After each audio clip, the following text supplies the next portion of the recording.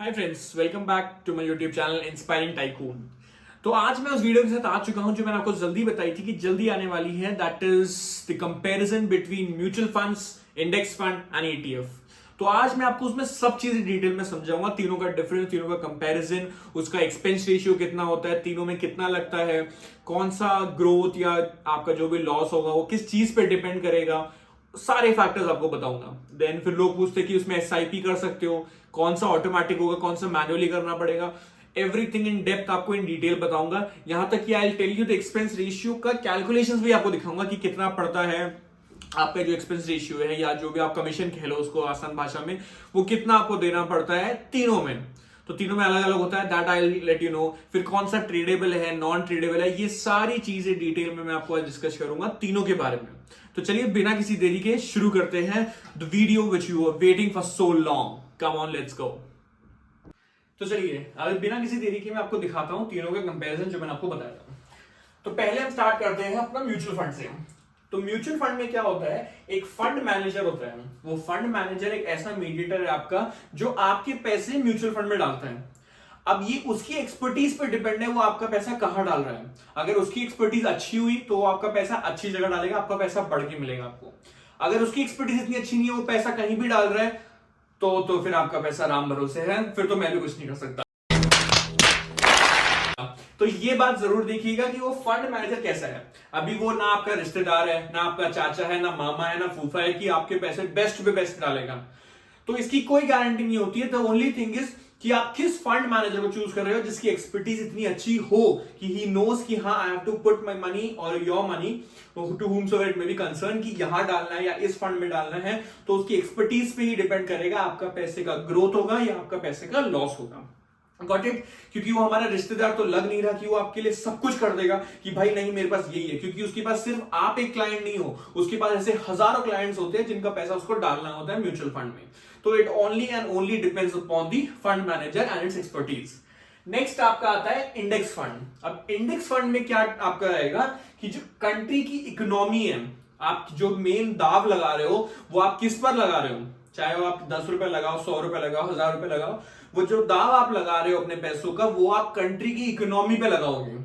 तो मेरे ख्याल से, या आपको भी अगर आप सोच के करोगे, तो जितना रिस्क इस फंड मैनेजर पे है, जो एक बंदे पे आपका जो रिस्क रहेगा वो कंट्री की इकोनॉमी पे इतना नहीं होगा। So it has low risk. ठीक है, तो ये आपका जो पैसा बढ़ेगा या गिरेगा, it will totally depend on the countries economy या इंडिया का इकोनॉमी, क्योंकि हम इंडियन मार्केट की बात कर रहे हैं। नेक्स्ट आता है आपका ETF which is nothing but exchange traded fund. तो इसमें आपका कुछ नहीं है, ये भी सेम है आपका इंडेक्स फंड की तरह, बिकॉज इसमें भी आपका कंट्री की इकोनॉमी पे लगा रहे हो। अभी इन तीनों में एक चीज है कि ये जो फंड मैनेजर है, ये आपका जो फंड मैनेजर है, ये सिर्फ इसकी एक्सपर्टीज पे आपका पैसा डिपेंड करेगा। लेकिन जो आपका इंडेक्स फंड और आपका जो ईटीएफ है, इन दोनों में जो कंट्री की इकोनॉमी रहेगी उस पर रहेगा। ठीक है, इन दोनों में प्रॉफिट के चांसेस ज्यादा ही है। क्यों? क्योंकि कंट्री की इकोनॉमी तो ठीक है, बट इंडेक्स फंड और ईटीएफ है, तो आप टॉप की 50 कंपनियों पे पैसा लगा रहे हो, टॉप की 50 कंपनियों पे दाव लगा रहे हो, तो आपको पता रहना चाहिए कि हाँ भाई टॉप की कंपनी है तो बंद तो हो नहीं जाएगी एक दिन में, या रातों रात बंद नहीं हो जाएगी, वो कुछ अच्छा काम कर रही है तभी टॉप 50 पे है।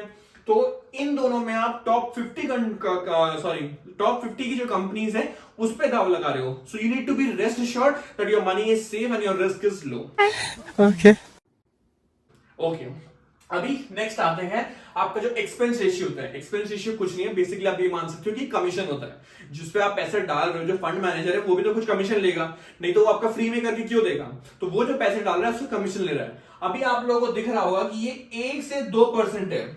ठीक भाई, 1 से 2% है, दे देंगे आराम से, क्या ही जाएगा।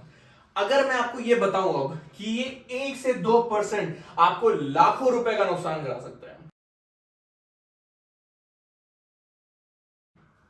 सही सुना आपने, लाखों रुपए का नुकसान करा सकता है। मैं 2% छोड़ो, 2% तो बहुत ज्यादा हो जाएगा। 1% की कैलकुलेशन आपको दिखाता हूं।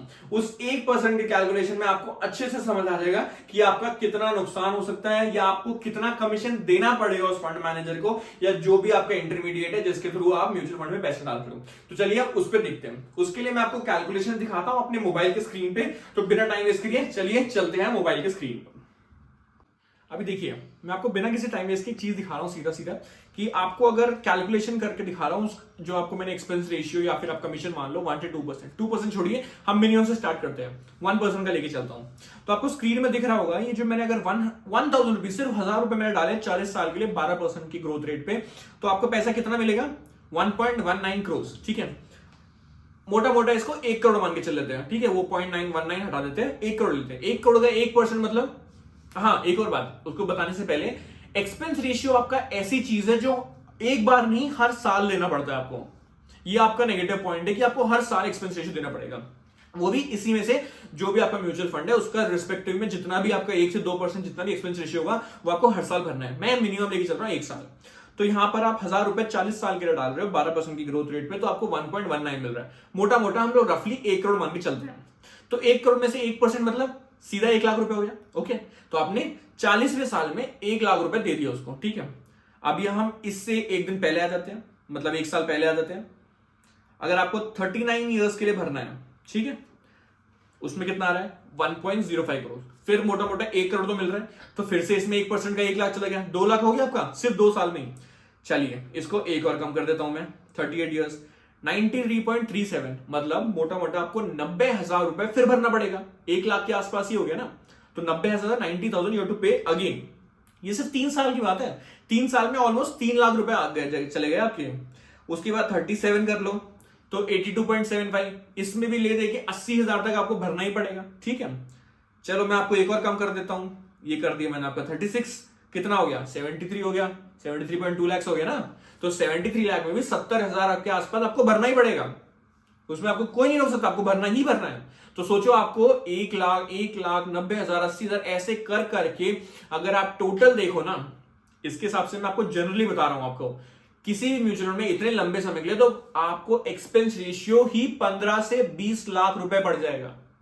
अब सोचो वो 1% देना आपको हर साल, बस सिर्फ 1%, लेकिन वो 1% ही 15 से 20 लाख रुपए पड़ रहा है आपको। मतलब जो आप कमीशन दे रहे हो, कोई भी म्यूचुअल फंड की कंपनी है जो आपको डलवा रही है पैसा, या फंड मैनेजर जो भी डलवा रहा है आपका, तो आपको 15 से 20 लाख रुपए 40 साल में वो एक बंदे से कमा रहा है। तो सोचो ऐसे कितने क्लाइंट्स है उसके और कितने लोगों को कमीशन देना पड़ रहा है। तो ये है म्यूचुअल फंड का एक्सपेंस रेशियो। इस एक्सपेंस रेशियो में आपको कितना महंगा पड़ रहा है ये आप आसानी से देख सकते हो, जब आपको इसमें क्लियरली दिख रहा है। सिर्फ 1000 रुपए डाल रहे हो, वो पैसे तो अलग ही है। 36 इयर्स में भी आपको 73, 70,000, और जब मैं आपको नॉर्मली कैलकुलेट करके बता रहा हूं 40 इयर्स का, तो आपको कितना 1 करोड़ मान लो, तो 1 लाख रुपए। तो आप 40 साल में उस कमीशन को या उस फंड मैनेजर को 15 से 20 लाख रुपए आराम से दे दो। लोग कहते हैं ना म्यूचुअल फंड सही है, म्यूचुअल फंड सही है, क्या इतना सही है? अरे वही तो हम डिस्कस करने बैठे आज, वही तीनों का कंपैरिजन करते हो। तो मैं आप उम्मीद करता हूं कि आप समझ गए होंगे कि कैसा है ये आपका म्यूचुअल फंड है। ओके, चलिए तो अब मैं आपको फिर से समझाता हूं, जो कंपैरिजन हमारा चल रहा था वो दिखाता हूं आपको। तो अब आप लोग समझ ही गए होंगे एक्सपेंस रेशियो आपको म्यूचुअल फंड का जो 1 से 2% होता है वो कितना महंगा पड़ेगा। मतलब 40 साल में भी अगर आप 15 से 20 लाख आराम से उसे दे दोगे, तो सोचो वो कितना कमा रहा है, एक क्लाइंट से उसके कितने क्लाइंट्स हैं। चलिए वो हमारा अभी टॉपिक नहीं है, नेक्स्ट चलते हैं हम लोग। Next comes index fund. Index fund में इट इज 0.1% से 0.9%, मतलब सीधा सीधा इससे 10 गुना कम है। ये बात आप मानोगे? तो इंडेक्स फंड इज डायरेक्टली 10%, मतलब 10% उससे कम है सीधा सीधा। अगर आप मिनिमम की वैल्यू लोगे तो मैं बात कर रहा हूं, तो index fund is I guess it is better, उसमें कमीशन आपका कम होता है। नेक्स्ट सेम आपका ईटीएफ है, ईटीएफ में इट इज 0.01%, मतलब अगर आप इससे कंपैरिजन करोगे, म्यूचुअल फंड से कंपैरिजन करोगे, तो आप ईटीएफ का जो एक्सपेंस रेशियो है या कमीशन होता है वो 100 गुना कम हो जाता है। ठीक है, ये सिंपल सी बात थी एक्सपेंस रेशियो की, या दूसरी भाषा में आप कमीशन बोल दो, जो आप देते हो, चाहे वो किसी भी प्लेटफॉर्म, इंसान, किसी को भी देते हो। ठीक है, तो आपका सिंपल सा है, आपको म्यूचुअल फंड में 1 से 2% तक रहेगा, आपका 10 गुना कम हो जाएगा इंडेक्स फंड में, विच इज 0.1% टू 0.9% तक कम हो जाएगा। उसके बाद आपका ईटीएफ में होता है, उससे म्यूचुअल फंड से कंपैरिजन करोगे तो आपका सीधा 100 गुना कम हो जाएगा, दैट इज 0.01% टू 0.9%। ये आपका एक्सपेंस रेशियो होता है। ठीक है, चलिए नेक्स्ट चलते हैं। नेक्स्ट आपका जो म्यूचुअल फंड और आपका इंडेक्स फंड है, ये दोनों ही नॉन ट्रेडेबल होता है, मतलब आप इसमें ट्रेड नहीं कर सकते, वेराज आप ईटीएफ में ट्रेड कर सकते हो। अभी नॉन ट्रेडेबल और ट्रेडेबल का क्या मतलब होता है? सिंपल सा मतलब है कि नॉन ट्रेडेबल जो आपका है म्यूचुअल फंड और इंडेक्स फंड, इसमें आप ट्रेड नहीं कर सकते। मतलब अगर आपने जैसे कि आज सुबह आपने 11 बजे म्यूचुअल फंड में पैसे डाल दिए या दे दिए उसमें पैसे, तो अगर उसका एनएवी, चलिए एनएवी में अलग वीडियो बनाऊंगा, सिंपल सी बताता हूं आपको। एनएवी मतलब एक करंट प्राइस मान के चलो कि उसका प्राइस अभी 100 रुपए है, ठीक है। म्यूचुअल फंड में आपने 100 रुपए डाल दिया, अभी आपको वो म्यूचुअल फंड कब मिलेगा और किस प्राइस पे मिलेगा, ये मत सोचो कि अभी आपने डाल दिया उसका एनएवी 100 रुपए है तो आपको 100 रुपए वाला मिल जाएगा, नहीं। ये आपको जो डे एंड प्राइस होता है, मतलब जब मार्केट क्लोज होती है, मतलब आप 9:15 बजे 9:15 से 3:30 तक जितना भी आप कभी भी पैसे डाल लो, आपको म्यूचुअल फंड उतने ही पैसे पे मिलेगा जितना डे एंड का प्राइस होगा जब मार्केट बंद होगी। फॉर एग्जाम्पल अभी इस नॉन ट्रेडेबल में आपने 100 रुपए डाल दिए, ठीक है। अभी मतलब उसका एनएवी आप प्राइस मान लो, कुछ भी मान के चलो 100 रुपए है, ठीक है। अगर उसका डे एंड प्राइस, अगर जब मार्केट बंद हो रही है उसका प्राइस 100 से 110 हो गया, तो आपको 110 वाले प्राइस में खरीदना पड़ेगा। तो जितना आपको प्रॉफिट होना था उतना नहीं होगा, लेकिन 110 रुपए वाले प्राइस में आपको खरीदोगे म्यूचुअल फंड। अगर वो 90 रुपए का हो गया डे एंड तक, तो ये मान लो आपको म्यूचुअल ज्यादा फायदा हो गया, 90 रुपए में है तो आपका ज्यादा फायदा है। ये आपका डे एंड प्राइस है, इसलिए आप इसमें ट्रेड नहीं कर सकते। लेकिन ईटीएफ में ऐसा नहीं है, ETF is tradable, real time. Real time का मतलब और कुछ नहीं है, दिस रियल टाइम मींस आपने अभी पैसा डाला म्यूचुअल फंड में या जो भी शेयर में मार्केट में आपने पैसा डाला, अभी जो करंट प्राइस है, अगर 10 रुपए का है तो 10 रुपए का आपको मिल जाएगा, 100 का है तो 100 का मिल जाएगा उसी टाइम, तो इसलिए इसको ट्रेडेबल बोलते हैं। अगर ये डे एंड पे आपने 100 रुपए डाल दिए, आपको उसी प्राइस में मिल गया, डे एंड पे अगर उस शेयर मार्केट उस शेयर का 100 रुपए या 10 रुपए जितना ही बढ़ गया, फॉर एग्जांपल 10 रुपए बढ़ गया, तो आपको 10 रुपए का फायदा हो जाएगा, 110 रुपए लास्ट में मिलेगा डे एंड पे। अगर 10 रुपए कम हो जाता है तो 90 रुपए, वो 10 रुपए आपका लॉस होगा। तो ये चीजें हैं आपका ट्रेडेबल और नॉन ट्रेडेबल का डिफरेंस, समझ गए आप लोग? ठीक, अभी नेक्स्ट चलते हैं। अभी लोग पूछेंगे कि इसमें हम एसआईपी किस में करें? फिर तीनों में अलग अलग चीजें हैं, तीनों में अलग अलग टॉपिक्स है, तीनों में अलग अलग डिफरेंस है, एक्सपीरियंस रेशियो अलग है, ट्रेडेबिलिटी अलग है, तो हम एसआईपी स्टार्ट करें तो किस में करें? सिंपल सा आंसर है, एसआईपी करनी है किसी में भी कर सकते हो, उसमें कुछ नहीं है। पैसा बढ़ेगा तो बढ़ेगा, गिरेगा तो गिरेगा, बट ये हाँ रिस्क फैक्टर होता है बहुत सारी चीजों में, आपको अभी आगे बताता हूं। फॉर एग्जाम्पल एसआईपी आपकी जो म्यूचुअल फंड और इंडेक्स फंड है, इन दोनों में आपका एसआईपी जो होता है इट इज ऑटोमेटिक, ठीक है। ऑटोमेटिक इन द सेंस हर महीने जिस डेट को आप सेलेक्ट कर रहे हो, आपका ऑटोमेटिकली उस दिन पैसा डिडक्ट हो जाएगा बैंक से, इसमें आपका बैंक अकाउंट ज्वाइंट हो जाता है। तो जिस दिन भी फॉर एग्जांपल 15 तारीख 10 तारीख जो भी आपने सेलेक्ट किया है, उस तारीख तक आपका पैसा ऑटोमेटिकली डेबिट हो जाएगा आपके अकाउंट से, इसलिए बोलते हैं इसको ऑटोमेटिक एसआईपी। इसमें आपको कुछ नहीं करना, एक बार डाल दो पैसे और मेंटेन कर लो बैलेंस जितना भी एसआईपी है, ठीक है। नेक्स्ट आपका ये जो है मैन्युअली जो आपको करना पड़ता है एसआईपी, ये सिर्फ वही लोग करें जिनको कुछ डिसिप्लिन मेंटेन करना आता है, जिन्हें पता है हमें ये काम करना है, ये सिर्फ उन लोगों के लिए है, क्योंकि इसमें ऑटोमेटिक जैसी सुविधा नहीं है, इसमें आपको हर महीने खुद पैसे डालने पड़ेंगे, ठीक। इसलिए इसको मैनुअली करना पड़ता है, इसमें ऑटोमेटिक का कुछ है ही नहीं चांस कि आप ऑटोमेटिक कर सको इसमें, ओके। अभी ये लोग वो ना करें जिनमें भाई कोई डिसिप्लिन नहीं है, भाई हाँ ठीक है आ गया देख लिया, देख हो गया, फाइन बढ़ गया, जो होगा देखा जाएगा, ये उन लोगों के लिए नहीं है। लेकिन हाँ अगर आप एसआईपी कर रहे हो, see everything comes with some responsibilities, आप कुछ भी काम करो रिस्पॉन्सिबिलिटीज आर मस्ट। अगर आप रिस्पॉन्सिबल नहीं बन सकते ना, तो ये जितनी भी चीजें मैं समझा रहा हूं आपके लिए कोई काम की नहीं है। Literally it's of no use if you are not able to be disciplined, if you're not ready to take responsibility, all this is bullshit. So this if you want to do you can do it. अगर ज्यादा ही दिक्कत है तो आप bank में भी जा सकते हो, बैंक में भी ये सेट कर सकते हो रिमाइंडर कि हाँ भाई इतने महीने में मेरा इतना पैसा चला जाए, उस तरह से कर सकते हो। But SIP is not automatic, वो भी manually you have to go to bank and tell all those things and तब जाके आपका एसआईपी कटेगा, ठीक है। तो ये चीजें हैं। नेक्स्ट आ जाते हैं रिस्क फैक्टर में। अभी आपका जो म्यूचुअल फंड का रिस्क फैक्टर है, इसका डिपेंड करता है फंड के ऊपर, भाई कौन सा फंड है। अभी मैं आने वाली वीडियो में आपको बताऊंगा कि कैसे डिफरेंट टाइप के फंड्स होते हैं, उनका रिस्क फैक्टर क्या होता है, चाहे आप स्मॉल कैप फंड ले लो, मिड कैप ले लो, लार्ज कैप फंड ले लो। तो ये टोटली आपका जो फंड है, risk depends on your fund, ठीक है। अगर आपका फंड जिस तरह से आप चूज कर रहे हो वो वैसा है, लार्ज कैप, मिड कैप, जो भी आप लोगे उसके हिसाब से डिपेंड करेगा। It has nothing to do with your economy, it has nothing to do with your fund manager, कुछ नहीं। वो एक बार पैसे डाल देगा, उसके बाद जो रिस्क है ये पैसे कहां डालेगा उसका रिस्क तो है ही, ठीक है, वो इसकी एक्सपर्टीज पे डिपेंड है, करेक्ट, ये आइएगी। उसके बाद भी एक और रिस्क है कि आपका म्यूचुअल फंड कैसा वर्क करेगा, कैसे काम करेगा, that will depend on your fund, ठीक है। अब for example small cap fund है, सबसे ज्यादा रिस्क स्मॉल कैप फंड में सबसे ज्यादा रिस्क होता है, लेकिन प्रॉफिट भी सबसे ज्यादा होता है। अब भैया प्रॉफिट सबसे ज्यादा है तो लॉस भी सबसे ज्यादा होगा, तो टोटली किस पर डिपेंड कर रहा है, ये totally depends on your fund. But ये इंडेक्स फंड है, ये लो रिस्क है, ये भी लो रिस्क है, इन दोनों का ही लो रिस्क होता है, ठीक है।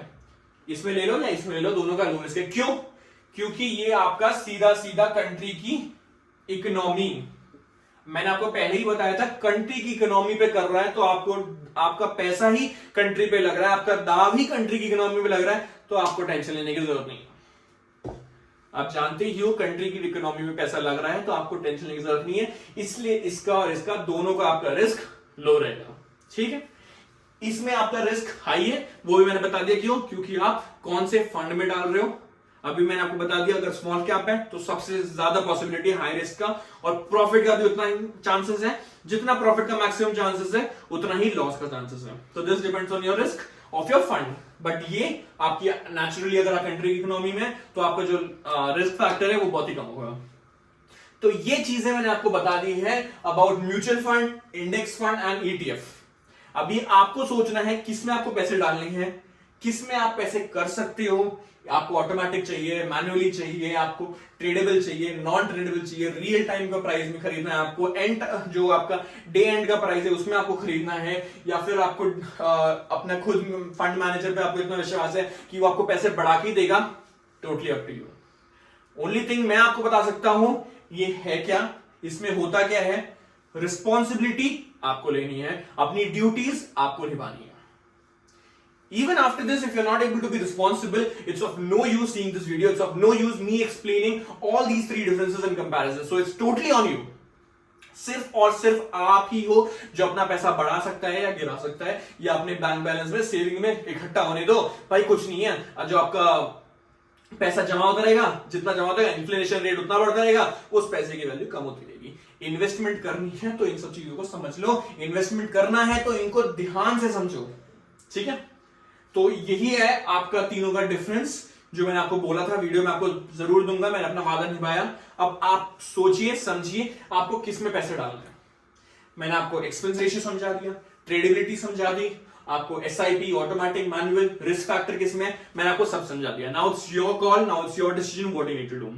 तो इसी के साथ मैं आपको दूसरी वीडियो में मिलूंगा, और आपको इन्वेस्टमेंट समझाने के लिए, और आपको बताने के लिए क्या how can you grow your money on different terms and conditions. तो till then take care, like कीजिए इस वीडियो को अगर आपको लगा हाँ मैंने कुछ वैल्यूएबल इंफॉर्मेशन दी है, सब्सक्राइब कीजिए इस चैनल को एंड बेल आइकन जरूर दबाइए ताकि you can get all the notification for such upcoming videos. And I am sure if you are staying with me, you stay tuned to this channel, I can make you करोड़पति। जो मैंने मुहिम चलाई है कि मैं हर एक मिडिल क्लास इंसान को करोड़पति बना के छोड़ूंगा, only reason, only condition is one, you have to follow what I am telling you. You have to regularly follow what I am telling. If you are able to do that, आपको करोड़पति बनने से कोई नहीं रोक सकता।